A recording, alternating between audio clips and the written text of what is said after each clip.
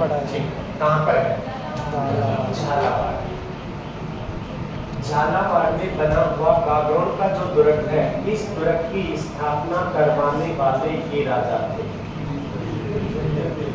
किसने करवाई थी? बीजल देव। बीजल देव द्वारा निर्मित जो दुर्ग है, इस दुर्ग के उपनाम है डोडगढ़, भूलरगढ़, करगराह। इन सभी उपनामों से जाना जाता है कौन सा दुर्ग? गागरोन का। राजस्थान में ओदक श्रेणी का सर्वोत्तम दुर्ग है। तो कौन सी श्रेणी का है? ओदक, मतलब जल, ओदक जिसको कहते हैं। तो ये कौन सी श्रेणी का दुर्ग है? जल। तीन तरफ से जल से घिरा हुआ है, एक तरफ चट्टान। अब एक चीज बताओ, अजमेर का दुर्ग है तारागढ़, कौन सी पहाड़ियों में बना हुआ है? पहाड़ी है, मतलब श्रृंखला। इसलिए मैंने वहां पर आपको नाम लिखवाया था, अरावली का अरमान। तारागढ़ को कहते हैं ना। अब दूसरा देखो कौन सा? शाबाश। विंध्याचल पर्वत श्रृंखला के अंदर बना हुआ दुर्ग कौन सा है? गागरोन का दुर्ग। दो नदियों पर है, काली सिंध और आहू। तो कौन कौन सी नदियों पर बना हुआ है? काली सिंध और आहू नदियों के ऊपर बना हुआ दुर्ग है। अब ये विंध्याचल की एक कठोर चट्टान के ऊपर है, जिस पर क्या नहीं खोदी जा सकती थी? नींव। सबसे बड़ी विशेषता है, बिना नींव के सीधा चट्टान पर खड़ा हुआ जो दुर्ग है, वो दुर्ग कौन सा है? गागरोन का। अब ये गागरोन का जो दुर्ग है, अभी आपको बताया था, झालाओं की हवेली कौन से दुर्ग में थी? शेरगढ़। कौन सा? और वो जो झालाओं की हवेली है, उसका निर्माण झाला जालिम सिंह ने करवाया। किसने करवाया था? झाला जालिम सिंह ने। अब ये देखो, यहाँ पर फिर उसी व्यक्ति को ले आओ, झाला जालिम सिंह नाम आ गया। झाला जालिम सिंह ने इस दुर्ग के बाहर 3 परकोटे बनवाए। कितने परकोटों से सुरक्षित है? 3 परकोटे। 4 दीवारी बनी हुई है, 3 जैसे 1, उसके बाद 2, फिर 3 और फिर बीच में घर बनाओ।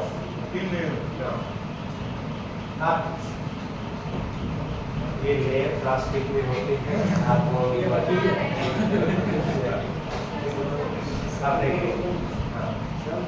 तिहरे परकोटे का नाम देखिए। अब नाम देखोगे तो यहाँ से शुरू करो। बनवाने वाला तिहरा परकोटा कौन था? इसलिए इसका नाम रखा जालिम कोट। तो इसके परकोटे का भी नाम है। और गागरोन का तिहरा परकोटा एक ही नाम से जाना जाता है, जालिम कोट। बनवाने वाले कौन? जालिम सिंह। अब ये जो दुर्ग है, इस दुर्ग की एक भ्रांति देवता से जोड़ी जाती है। द्वापर युग के अंदर मानव के रूप में अवतरित होने वाले कौन थे? श्री कृष्ण। द्वापर युग में, त्रेता युग में राम थे, सतयुग में, क्योंकि युग 4 है, सबसे पहला सतयुग, सतयुग के बाद त्रेता, फिर द्वापर और फिर हम कलयुग में। तो अब बताओ क्या? राजा हरिश्चंद्र। हरिश्चंद्र के नाम से ही है सतयुग, जिसमें सदैव सत्य के लिए जब उसकी परीक्षा ली गई थी ना, भगवान को भी क्या देनी होती थी? परीक्षा। भगवान श्री राम को भी 14 साल का क्या मिला था? वनवास। हम ये कहते हैं कि भगवान हमारी तो कोई बात को सुनते ही नहीं है, उम्मीद टूट जाती है, फिर उसी भगवान को गालियां देते हैं। तो जब पीड़ा भगवान को भी झेलनी पड़ी थी। ऐसा नहीं है कि उनका जब मानव के रूप में जब जीवन हुआ था, तो उन्होंने मौज मस्ती से अपना जीवन यापन नहीं किया था। अब राजा हरिश्चंद्र की जब परीक्षा ली गई थी, तो एक राजा ने अपने वचन के लिए सबसे पहले खुद को बेचा, अपनी पत्नी को बेचा, पुत्र को बेचा, सब कुछ किया। फिर दोनों को मिलाने के अंदर एक सहयोग देखिए, वही भगवान एक साधु के वेश में उसको एक रोटी मिलती थी, वो भी मांगने आ जाता था, लेकिन उसने कभी किसी को मना नहीं किया, तो वो भी उसको दे देता। पानी भरने का काम करता था, तो जब पानी भरने गया तो उसकी पत्नी वहीं पर थी, पानी का मटका नहीं उठ रहा था उससे, क्योंकि इतनी कमजोरी आ चुकी थी। तो उसने कहा कि आप मुझे मटका उठा दो, तो गलत बात है, आप भंगी के घर में के हो और मैं ब्राह्मण के घर में के हूँ, इसलिए यहाँ पर अस्पृश्यता है, तो आपको मर्यादा तो पूरी निभानी होगी। मैं आपको एक योजना बता देती हूँ, आप नदी के अंदर उतर जाओगे, और नदी के अंदर उतर जाओगे तो जब पानी आपके यहाँ तक आ जाए तो मटके का वजन कम हो जाएगा और आप अपने कंधे पर रखकर उसको बाहर निकल सकते हैं। अब एक वो लोग हैं, अर्जुन को एक बार एक बहुत बड़ा वहम हो गया था। उन्होंने श्री कृष्ण से कहा कि आप पता नहीं किस किस के गीत गाते रहते हो, जबकि आपका सबसे बड़ा भक्त तो मैं हूँ। बोला आप तो नगण्य भी नहीं हो, नगण्य भी नहीं हो। बोलो कैसे? अर्जुन ने बोला, हाँ, अर्जुन ने कहा था कि मैं आपका बहुत बड़ा भक्त हूँ, इसलिए आप और किसी की चर्चा करते हो, मेरी कभी क्या नहीं करते हो, चर्चा नहीं करते हो, जबकि मैं आपके साथ रहता हूँ। तो कहा कि आप नगण्य भी नहीं हो उनकी तुलना में। बोले कैसे? कोई साबित करके बताओ। चले गए।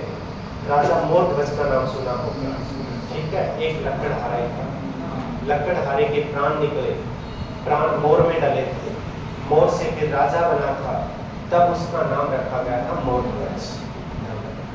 अब वो अपनी बात का पक्का था, सभी को ये पता था कि राजा मोरध्वज ने जो जुबान दे दी वो दे दी। अब अर्जुन को अपना सहयोगी बनाकर साधु के वेश में श्री कृष्ण चले गए शेर लेकर, ठीक है।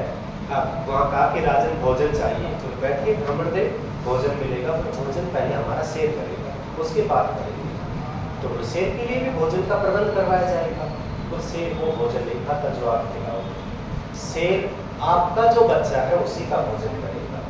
अगर आप करवा सकते हो तो देखो, बोलो वो भी करें, बैठो, आप अपमानित थोड़े करेंगे आपको, बोलो ऐसे भी नहीं करेगा। बोलो तो जब आप पति पत्नी आरी रखकर अपने पुत्र को बीच में से चीरे और दो हिस्से करके मेरे शेर के सामने डाले, तब ये खाएगा, वो भी करेगा। अब आप आई गई हो तो बोलो एक और शब्द सुन लो। बोले हाँ बताओ।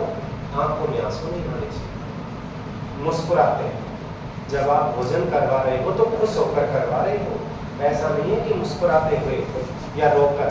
तो ठीक है, अब उसकी शादी हो चुकी है, अब शादी हो चुकी थी तो स्वाभाविक सी बात है, अब उसकी पत्नी का भी हक अपने पति पर हो चुका था। तो राजा मोरध्वज ने अपनी पुत्र वधू को बुलाया कि बेटा आप बताइए ये काम करना है हमें। तो उन्होंने कहा कि पिताश्री उनके साथ साथ अगर मेरे भी चाहिए तो भी आप ले सकते हो, अपनी जुबान से मत करो। उन्होंने उनको चीरा, शेर के सामने रख दिया, शेर ने खा लिया, दोनों को भोजन करवा दिया। अर्जुन देखता रह गया कि मैं तो इसके सामने कौन सा भक्त हूँ, ये तो, और नाम किसका ले? श्री कृष्ण का। उसी के सामने उसी का नाम लेते हुए प्रत्येक कार्य कर रहा। अपने बेटे को चीरा तो भी उसी के नाम से, शेर को भोजन करवा दिया, उनको भोजन करवा दिया, तो नाम एक का ही आ रहा। भोजन कर लिया, भोजन करने के बाद श्री कृष्ण ने कहा कि एक बार अपने पुत्र को आवाज लगाओ। तो उन्होंने कहा कि ब्राह्मण देव क्यों अपमानित कर रहे हो, अभी अभी तो हमारे पुत्र को हमने आपके सामने काट कर किसके सामने डाला है? शेर, और शेर ने उसको खा भी लिया है। तो एक बार मेरे कहने से आप आवाज लगाए, क्योंकि वो तो एक भगवान की लीला की परीक्षा है। जैसे आवाज लगाई बेटा अंदर से आया था। तो तब ये होता है कि भक्ति की एक चरम सीमा कहाँ तक पहुंच जाती है इंसान को खुद नहीं पता। अघोरी साधुओं के बारे में आपने कुंभ में देखा होगा ना, एक साधु के बार बार प्रश्न पूछ रहे थे, यहाँ घाव कर रखा था, जिसको खाने पीने रहने किसी की सुध ना हो उसी को अघोरी कहते, ये ध्यान रखना। बोला आपके घाव कैसे हुआ? बोले प्यास लग रही, प्यास लग रही थी तो पानी पीते, पानी था नहीं, खुद का ही खून निकाल कर हमने पी लिया। त्रिशूल घोंपी, खून निकला, उसको खोपड़ी में लगाया, जितना खून आया खोपड़ी में उसी को खुद पी गए। अब ऐसे ऐसे भी लोग मतलब खुद का खून निकाल कर खुद पीकर अपनी प्यास बुझा रहे हैं, ऐसे अब देखो। तो अब मेरा मूल प्रश्न ये है कि जो भगवान के रूप में श्री कृष्ण आने वाले थे, उनके पुरोहित कौन थे, उनके कर्मकांड कौन करवाते थे? कृष्ण जी तो स्वयं तो राजा है, राजा को तो कोई ब्राह्मण रखना होगा। भाई कर्मकांड कौन करवाएगा? ब्राह्मण। ब्राह्मण होगा वो राज पुरोहित होगा। तो राज पुरोहित कौन थे? श्री कृष्ण के। मैं कृष्ण को आसान कर देता हूं, फिर भी आप बता देना। उसी के नाम पर ही है। भगवान श्री कृष्ण के पुरोहित के नाम पर ही इसका नाम क्या है? आप बताइए। अगर आज तक आपने भगवान श्री कृष्ण का नाम सुना है, उनके पंडित का भी तो नाम बताइए जो उनके राज्य में राज के पुरोहित के पद पर था। उसका नाम था गर्गराचारी। और पुरोहित गर्गराचारी से जुड़ा हुआ एक दुर्ग कौन सा है? इसलिए इस दुर्ग का नाम पुरोहित गर्गराचारी के नाम पर क्या रखा गया था? गर्गराट को रखा गया। द्रौपदी को पांचाली क्यों कहते थे?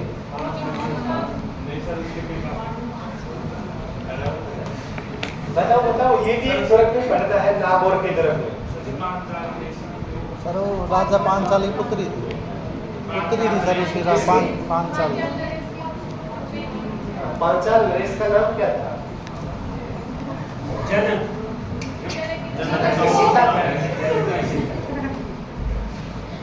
जो इसका नाम था वही इसके पिता का नाम था। आप तो बता दो।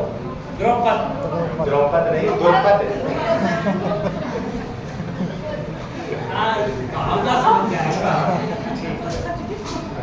राजा का नाम था द्रौपद, ठीक है। पांचाल नरेश थे और पांचाल नरेश की राजधानी नागौर, ठीक है। और पांचाल की राजकुमारी होने के कारण नाम था पांचाल। कहीं आप फिर से कर दो पांचाल। नदी कौन सी है? काली सिंदूर आहू। काली सिंदूर आहू का जहाँ पर संगम होता है, उस संगम स्थल का नाम है सामेल जी। क्या नाम है? सामेल। सामेल जी के ऊपर एक छतरी बनी हुई है राजस्थान के निर्गुण संत की। निर्गुण का मतलब पीपा जी, इनकी छतरी बनी हुई। पीपा जी का मूल नाम था उदय सिंह और ये उदय सिंह कहाँ के राजा थे? इनके रानियां थोड़ी थी, मात्र 11 रानियां। इसके उदय सिंह सबसे छोटी रानी जब रामानंद जी काशी यात्रा पर गए हुए थे तो उनके संपर्क में आई और रामानंद जी से दीक्षा ले ली उदय सिंह। राजकार्य पूरा छोड़ दिया और राजकार्य छोड़कर एक नाम से प्रसिद्ध हुए संत के नाम से पीपा जी। जितने भी संत थे ना, ये कभी दीक्षा मांगकर नहीं खाते थे। आपको बता दें, सभी अपनी आजीविका चलाने के लिए काम करते थे। अब जब राजा उदय सिंह ने पीपा जी के नाम से दीक्षा ली तो उनको आजीविका चलानी थी, क्योंकि पत्नी उनकी एक पत्नी 10 राजमहल में रहती थी, लेकिन एक पत्नी सदैव उनके साथ रहती। अब उनकी आजीविका चलाने के लिए उसने कपड़े की सिलाई का काम शुरू कर दिया था। इसलिए दर्जी समुदाय अपना इष्ट किसको मानता है? पीपा जी को। और ये निर्गुण संत, इनकी छतरी कहाँ पर बनी हुई है? सामेल। राजस्थान में 5 कढ़ाई है, बताओ कहाँ पर है? 5 कढ़ाई। हलवा बना ले। एक तो बीकानेर में बताइए। एक नहीं, 2। कौन कौन सी? सावन भादो 2 हो गई। एक बातपुर में बताइए। नाम कहीं की है तो 5 है। ख्वाजा साहब की दरगाह अजमेर। बड़ी देग और छोटी देग। अकबर ने बड़ी देग और जहांगीर ने छोटी देग। वहां पर कढ़ाइयों के नाम है देग, ठीक है। बची एक, और एक कहां पर है? और उस कढ़ाई का नाम है गीत कढ़ाई। ये राजस्थान की सबसे बड़ी कढ़ाई है और ये राजस्थान की सबसे बड़ी कढ़ाई एक सूफी संत की दरगाह में है। उस सूफी संत का नाम ये था।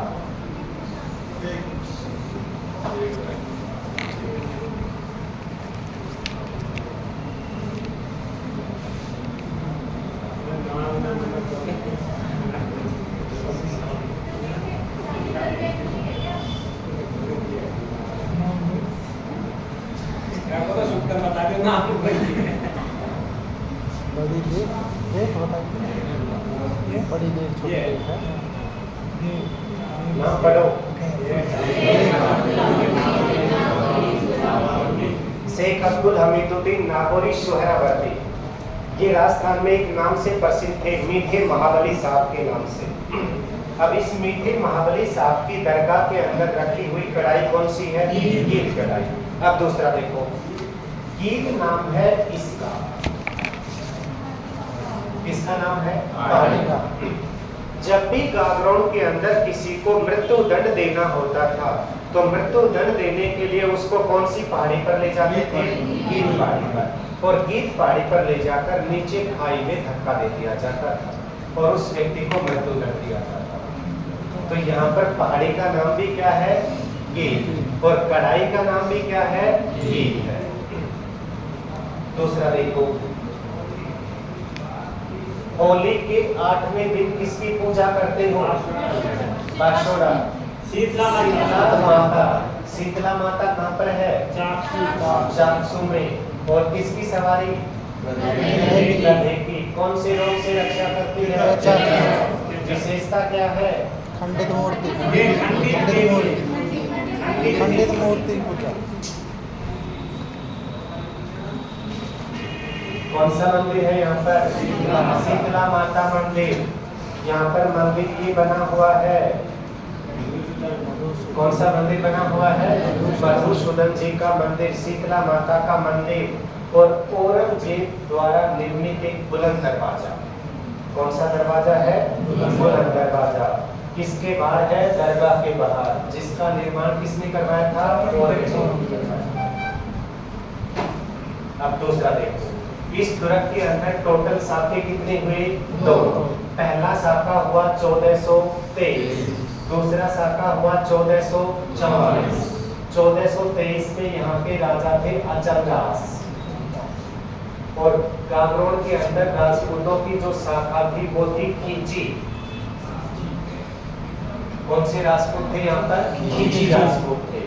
सिरोही में देवड़ा राजपूत थे, बूंदी में हाड़ा राजपूत थे। ये सभी अलग अलग शाखाएं हैं। अचलदास खिंची के ऊपर आक्रमण किया गुजरात के होशंग शाह ने। किसने किया?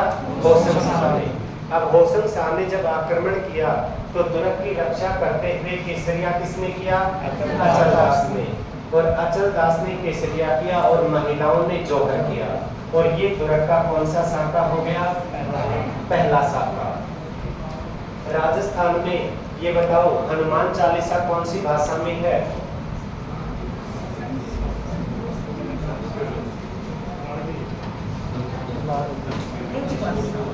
जी, गोपाल जी भाषा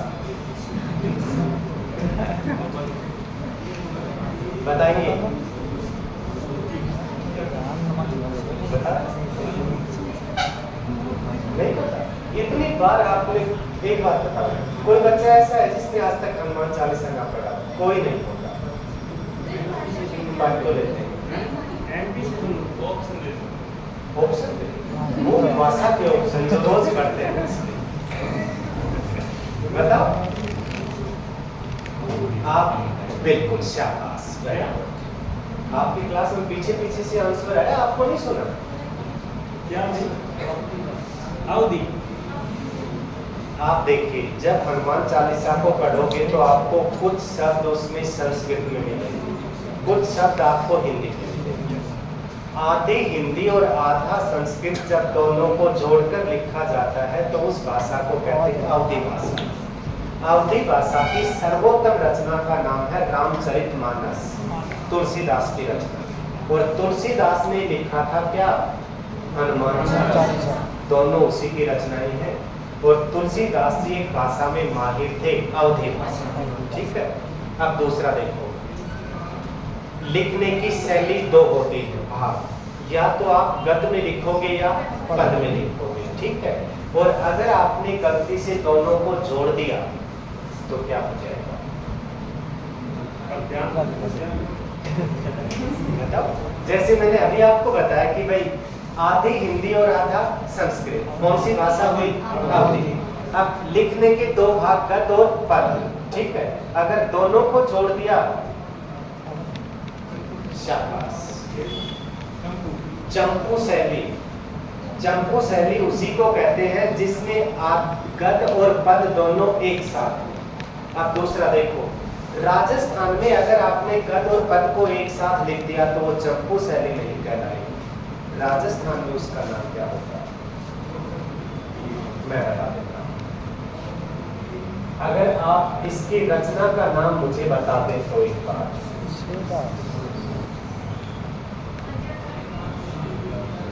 शाबाश मोनिका, पूरा नाम अचलदास वचनिका। अब नाम आ गया। राजस्थान में जब आप ये कुछ नाम ऐसे हैं जिनको आप पढ़ तो लेते हो लेकिन सोचते नहीं हो कि ये है क्या। राजस्थान में वचनिका उसी रचना को कहते हैं जो गद्य और पद में हो। अब गागरों के प्रथम साके का उल्लेख किसने किया? शिवदास गार्डन ने। शिवदास गार्डन ने किया। अब देखो राजा कौन थे? अचलदास। क्या थे? खिंचिरी। इसलिए रचना का नाम रख दिया अचलदास खिंचिरी वचनिका और ये गद्य और पद्मिक है।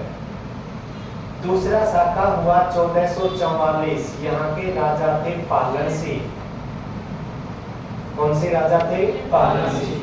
ये बताओ 1437 में इतिहास प्रसिद्ध युद्ध मेवाड़ में कौन सा हुआ था? जी क्वेश्चन को और आसान कर देता हूँ। चित्तौड़गढ़ का विजय स्तंभ किसने बनवाया था? 9 मंजिल वाला कुंभा ने बनवाया था ना। कुंभा ने चित्तौड़गढ़ का 9 मंजिला विजय स्तंभ क्यों बनवाया था? अब आगे सारंगपुर युद्ध हुआ था 1437 में और 1437 में सारंगपुर के युद्ध में कुंभा ने किसको पराजित किया?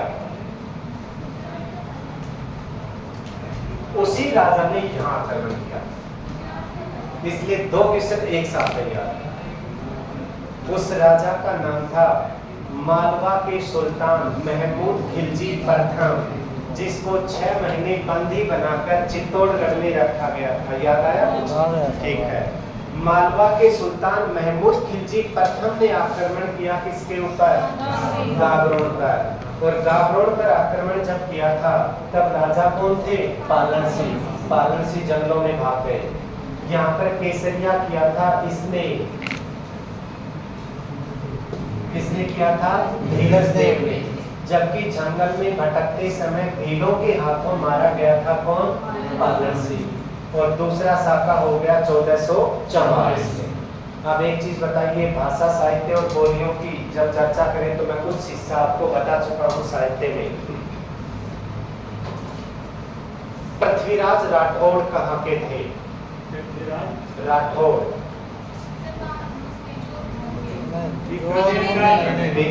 किसके बेटे?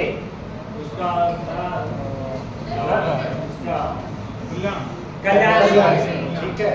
अब दूसरा बताइए, पृथ्वीराज राठौड़ कौन सी भाषा के विद्वान थे? और सिंगल भाषा में पृथ्वीराज राठौड़ की सर्वोत्तम रचना बेली किशन रुक्मणी। आप ध्यान दो, 1570 में अकबर ने नागौर दरबार का आयोजन करवाया था। तभी से राय सिंह और पृथ्वीराज राठौड़ किसकी सेवा में थे? अकबर की सेवा में। अकबर विद्वानों में अधिक रुचि लेता था, इसलिए अकबर ने जिसका साहित्यिक नाम था पीथल यानी पृथ्वीराज राठौड़, उसको जागीर के तौर पर एक गिरफ्त दिया था। याद आ रहा है तो गागरोन। और गागरोन में बैठकर उसने बेली कृष्ण रुक्मणी की रचना की। तो उसकी रचना कहाँ पर हुई थी? राजा रतन सिंह की रानी मेवाड़ में कौन थी? पद्मिनी। शाबाश। पद्मिनी कहाँ की राजकुमारी थी? लक्षद्वीप नहीं, सिंगलद्वीप। ठीक है। अब श्रीलंका की जो राजकुमारी पद्मिनी थी उसके पास एक आपके जैसा ग्रेजुएट तोता था, हीरामन। कौन सा था? हीरामन। आदमियों की तरह बोलता था, आप उससे बात करो आपकी जवाब भी देगा। हाँ भाई क्या हाल चाल है? तो कहेगा बढ़िया हूँ, आप अपनी सुनाइए। ठीक है। अब वर्तमान समय में देखिए, हीरामन प्रजाति के तोते यही पाए जाते हैं जो इंसानों की तरह बोलते हैं। तो इंसानों की तरह बोलने वाले और बात करने वाले हीरामन प्रजाति के तोते कहाँ पर है?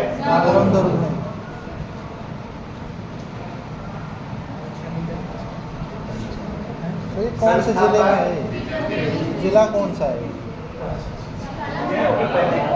आप एक बार वो मैं थोड़ा सा ये हो जाता है ना, मैं ये सोच लेता हूँ कि जिले के बारे में तो पता होगा, इतना मतलब वो हो जाता नहीं। बिल्कुल सही बात है, कोई बात नहीं होता। जब हम पहली बार पढ़ते हैं तो हमें पता थोड़ी होता है कि भाई कौन सी चीज कहाँ पर है।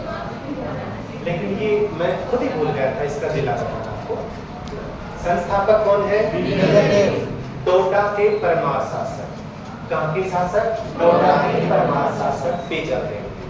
अब यह दुर्ग एक विंध्याचल पर्वत के कठोर चट्टान पर बना हुआ है, इसलिए दुर्ग में क्या नहीं है? सबसे बड़ी विशेषता, बिना नींव के सीधा चट्टान पर खड़ा हुआ दुर्ग। अब देखो, टोडा के परमार शासक बीजादेव संस्थापक है ना, इसलिए पहला नाम रखा गया टोडगढ़। क्या नाम रखा गया? दूसरा नाम ढोलर। इसका संबंध भगवान श्री कृष्ण के पुरोहित किससे जोड़ा गया? इसलिए नाम क्या रखा गया? गरगरा। दूसरा देखिए, इसको अगर कहा जाए तो बिना नींव के सीधा चट्टान पर खड़ा हुआ दुर्ग शेर की तरह दहाड़ता हुआ नजर आता है, इसलिए नाम क्या रखा गया था? नदी कौन कौन सी? काली सिंधु आहू नदियों पर बना हुआ है। कितने परकोटे से सुरक्षित? 3 परकोटे से सुरक्षित। तिहरा परकोटा जालिम कोट किसने बनवाया? झाला जालिम सिंह ने। झाला जालिम सिंह कहाँ के थे? कोटा के। अब इसी से एक प्रश्न और देखिए, कोटा राज्य में सिक्के ढालने की शाही टकसाल यहीं पर थी। तो कोटा राज्य में जो सिक्के ढाले जाते थे तो उसकी शाही टकसाल कौन से दुर्ग में थी? गागरों के दुर्ग में बनी हुई थी। काली सिंधु और आहू का जहाँ पर संगम होता है वो स्थान सामेल जी पर छतरी। पीपा जी कैसे संत? निर्गुण संत थे। पीपा जी की गुफा टोंक के टोडा गांव में, जबकि मंदिर समदड़ी बाड़मेर। तो समदड़ी बाड़मेर में मंदिर है और टोंक के टोडा गांव में गुफा है। निर्गुण संत। दुर्ग में सबसे बड़ी कढ़ाई कौन सी? ईट कढ़ाई। किसकी दरगाह में रखी हुई है?